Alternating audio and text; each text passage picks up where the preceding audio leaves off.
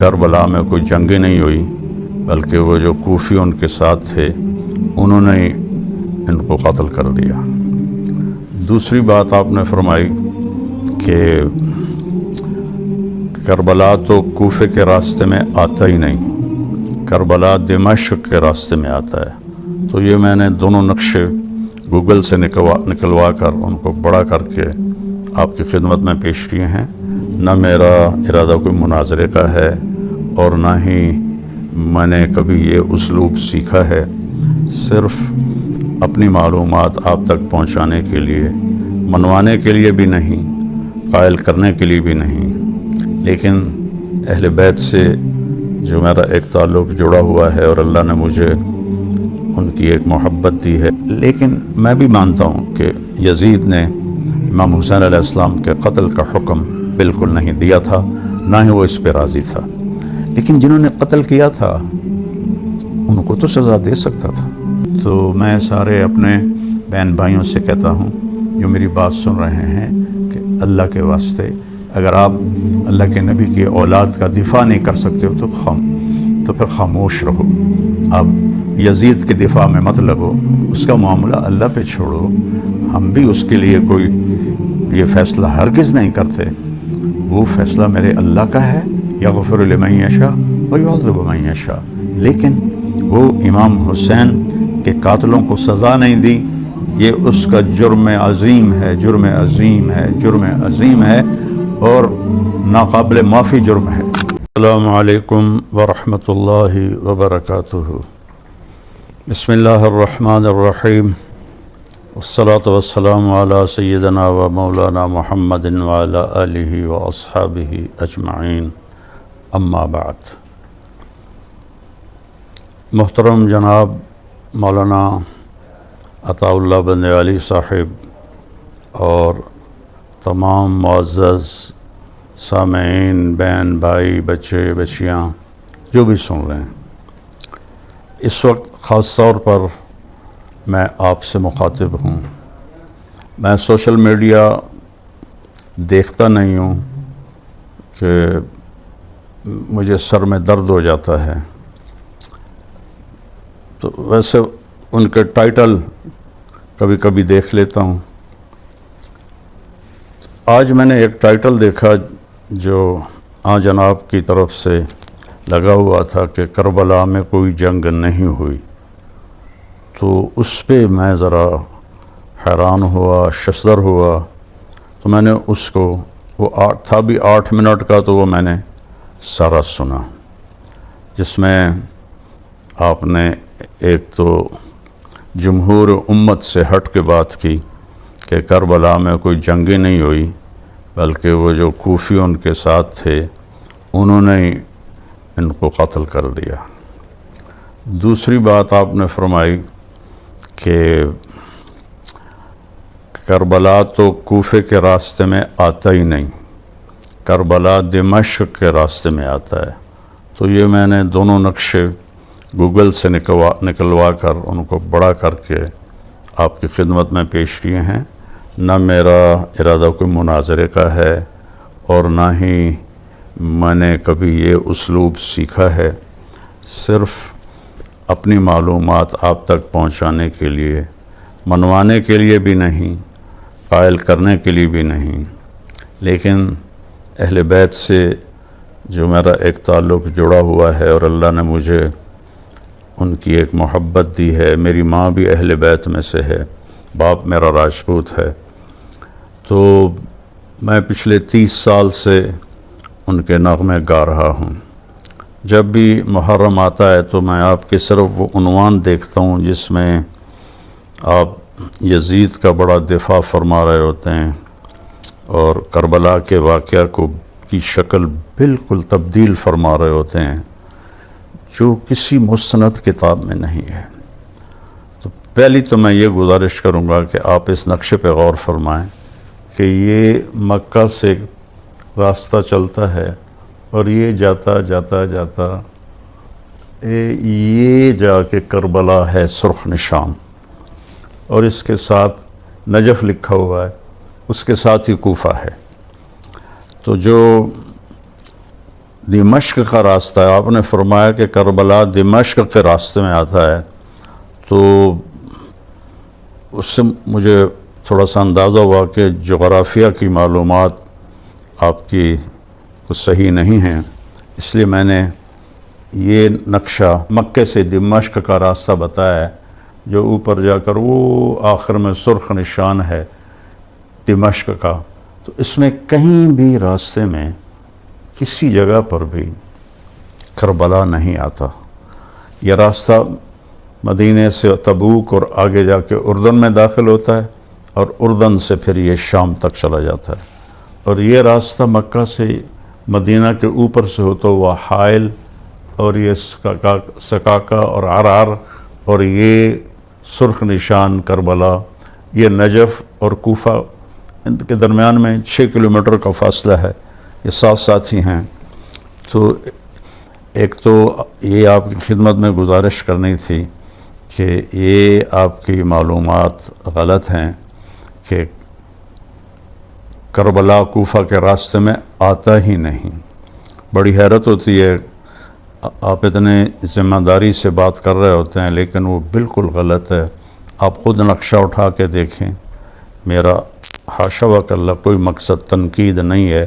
ان اريد الا الاصلاح ما استطعت وما توفیقی الا باللہ علیہ توکلت والیہ انیب۔ ایک یہ بات آپ کی خدمت میں عرض کرنی تھی۔ دوسرا یہ عرض کرنا تھا کہ آپ نے فرمایا کہ امام حسین تو کوفے والوں کو سمجھانے آئے تھے کہ تم یزید کی بیعت نہ توڑو اور یزید کی بیعت پہ قائم رہو۔ انہوں نے توڑی کب تھی جو آپ ان کو نصیحت کرنے جا رہے تھے؟ پھر آپ نے فرمایا کہ وہ پھر کوفہ سے جب دمشق چلے تو اس کی کوئی تاریخی سند کوئی نہیں، کوئی ثبوت کوئی نہیں، کسی کتاب میں کوئی نہیں، کسی ذمہ دار عالم نے، مورخ نے، محدث نے یہ بات ذکر نہیں کی کہ آپ کو تو کربلا سے آگے جانے ہی نہیں دیا گیا، وہیں ذبح کر دیا گیا، تو وہ کوفہ کیسے پہنچ گئے؟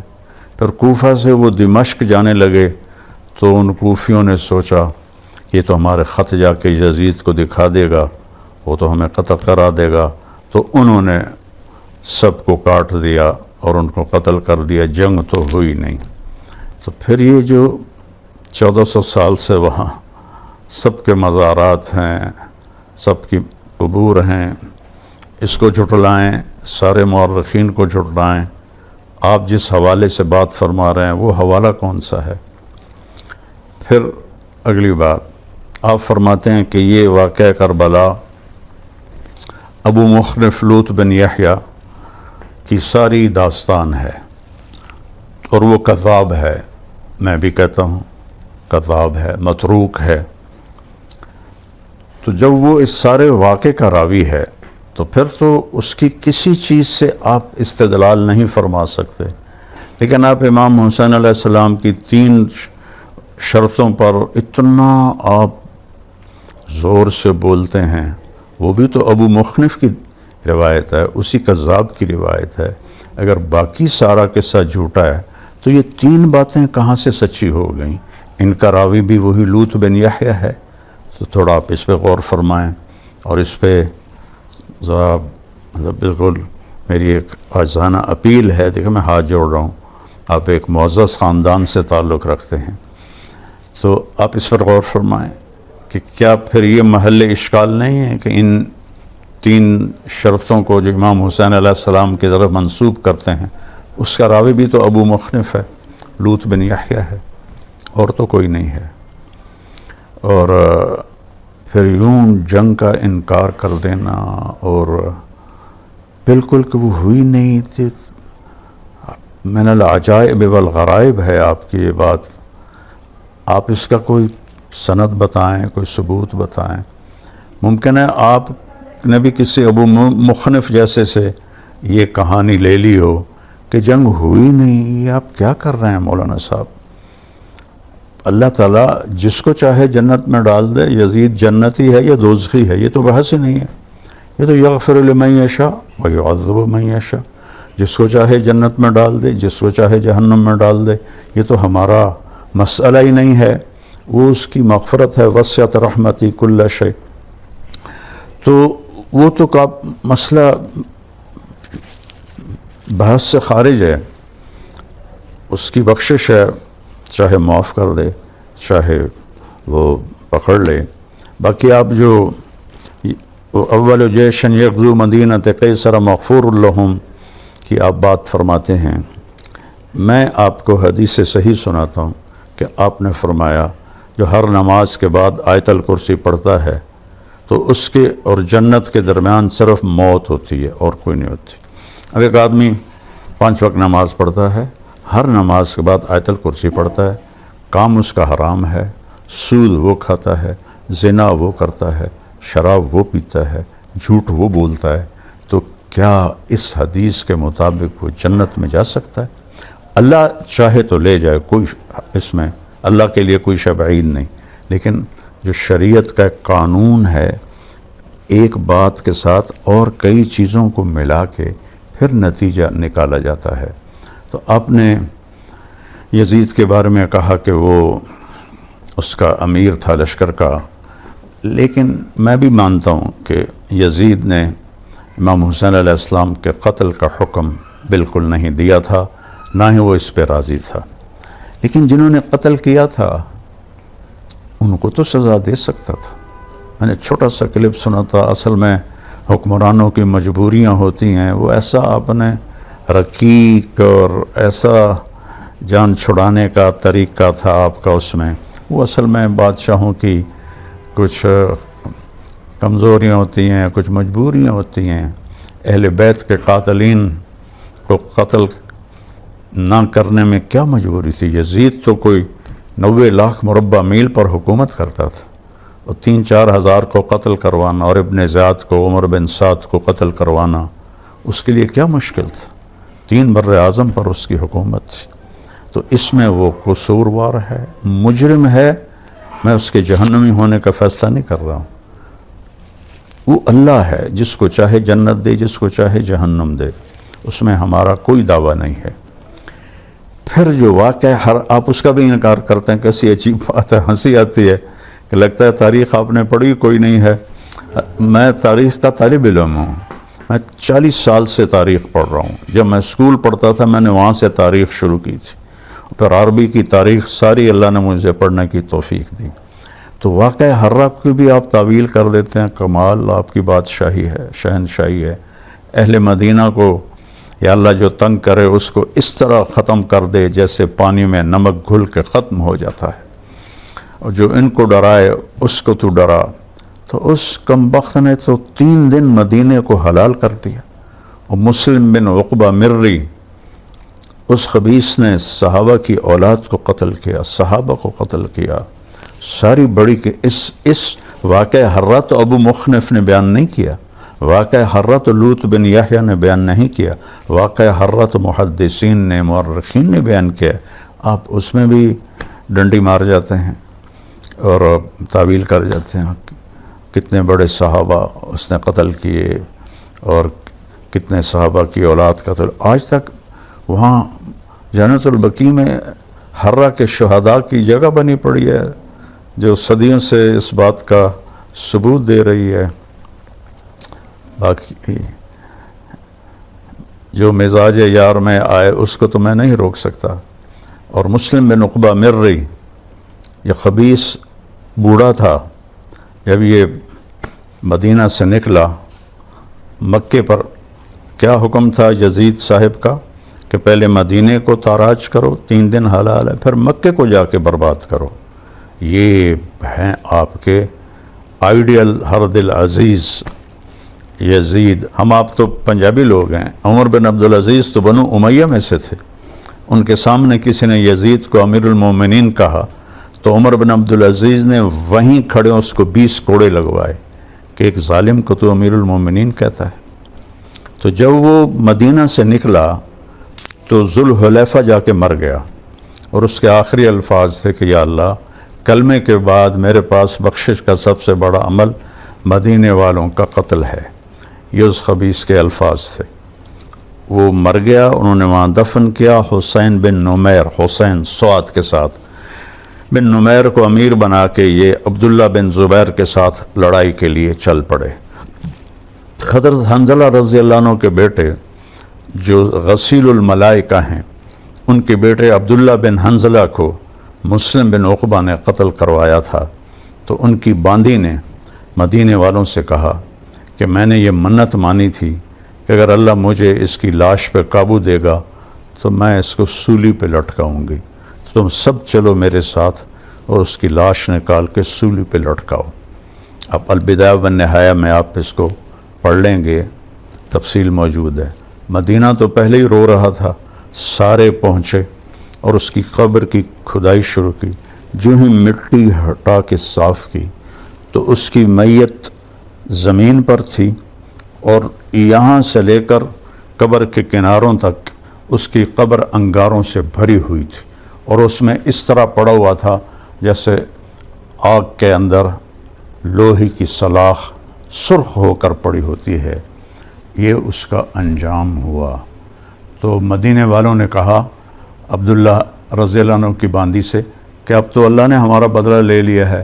انہوں نے کہا ٹھیک ہے، اب یہیں ٹھیک ہے، اس کو سولی پہ نہیں لٹکانا۔ قبر بند کی، بے نشان ہو گیا وہ خبیث۔ مری قبیلہ آج بھی قطر میں آباد ہے۔ اگلی بات آپ سے یہ عرض کرنی ہے، آپ فرماتے ہیں کہ اہل بیت کو یزید کے دربار میں لے جایا گیا اور یزید نے ان کا بڑا اکرام کیا۔ حضرت زینب کے جو وہاں خطبات ہیں، تھوڑا وہ پڑھ لیں تو آپ کو اندازہ ہو جائے گا، میں اس میں نہیں جاتا۔ آپ نے فرمایا کہ اس کے بعد جو حضرت زینب تھی رضی اللہ عنہا، وہ دمشق میں ہی ٹھہر گئیں، قافلے کے ساتھ نہیں گئیں۔ میرے پیارے مولانا، کہیں مجھے دکھا دیں، عقل نہیں مانتی کہ ایک مظلوم قافلہ لٹا پٹا 72 جن کے نفوس اور 17 اہل بیت جن کے سامنے ان کی گردنیں کٹیں، ان کی جو سردار تھیں اب حضرت زینب تھیں، وہ تو دمشق میں رہ جائیں اور باقی قافلہ بچیوں کا اور امام زین العابدین بیمار کا وہ مدینے چلا جائے۔ کسی تاریخ کی کتاب میں یہ نہیں ہے، کسی مستند تاریخ میں نہیں، عقل بھی نہیں مانتی اور علم بھی نہیں مانتا کہ ایسے قافلے کو تنہا چھوڑ کے وہ وہاں رہ جائیں اور وہ اکیلے وہاں چلے جائیں۔ ساری مستند تاریخوں میں ہے، یہ سارے عوام بھی سن رہے ہیں کہ آپ اپنے عزیز بھائی بہنوں کے ساتھ واپس گئیں۔ اس کو تو آج کا کوئی غیرت مند خاندان نہیں مانے گا اگر اس کے 4 افراد مارے جائیں اور باقی چھوٹے بچے بچ جائیں تو ان کو کہے تسی جاؤ تو میں تا اتھاں ہی رہنا ہے، اتھے بیٹھا ہوں۔ یہ تو ہمارے دنیا میں کہیں یہ ثقافت نہیں ہے۔ آپ اس کو حضرت سیدہ زینب کے ساتھ جوڑتے ہیں، ان پر بہتان لگاتے ہیں آپ۔ وہ واپس گئی ہیں۔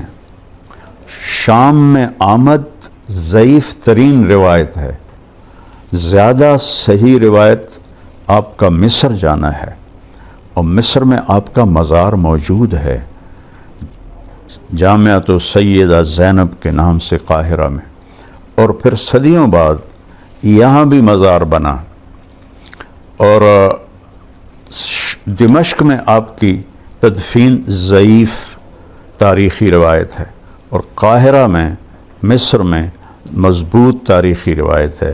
اہل تشیع نے وہ شام کو سینٹر بنا کے اس کو زیادہ مشہور کر دیا، لیکن آپ کا یہ کہنا کہ وہ وہیں ٹھہر گئیں اور یزید کے مہمان ٹھہر گئیں، وہ اللہ کا واسطہ ہے بندیالوی صاحب، اللہ کا واسطہ ہے بندیالوی صاحب، آپ جوش خطابت میں اہل بیت پر اتنی زیادتی نہ کریں، ان کا اللہ سے بہت قریبی تعلق ہے۔ حضرت ام سلمہ کی روایت کہ وہ 10 محرم کو عصر کے قریب سوئی ہوئی تھیں تو خواب میں دیکھا اللہ کے نبی، پراگندہ بال، سر میں مٹی پڑی ہوئی اور چہرے پر بھی مٹی، تو انہوں نے پوچھا یا رسول اللہ آپ کو کیا ہوا؟ ما شانک یا رسول اللہ؟ فرمایا ام سلمہ حضرت مقتل حسین، اے ام سلمہ میں حسین کی شہادت کو دیکھ کے آ رہا۔ یہ 1400 سال کے سارے بے وقوف ہیں جنہوں نے کربلا میں فرضی مزار بنا دیے. اچھا چلو وہ پھر قبریں ہی بتا دیں، جس راستے میں ان کو قتل کیا گیا تو وہاں قبریں تو بنی ہوں گی، کوئی قبروں کی نشانی بتا دیں کہ آپ کو ہمیں، چلو ہم وہاں جا کے ان کی زیارت کر لیں.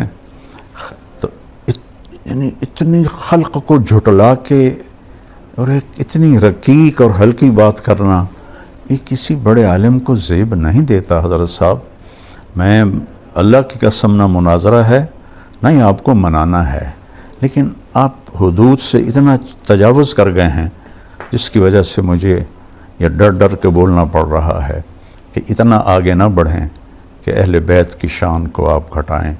اور ایک فاسق و فاجر جس کو اس کا اپنا رشتہ دار عمر بن عبدالعزیز 20 کوڑے مروائے کہ تو نے یزید کو امیر المومنین کیوں کہا ہے.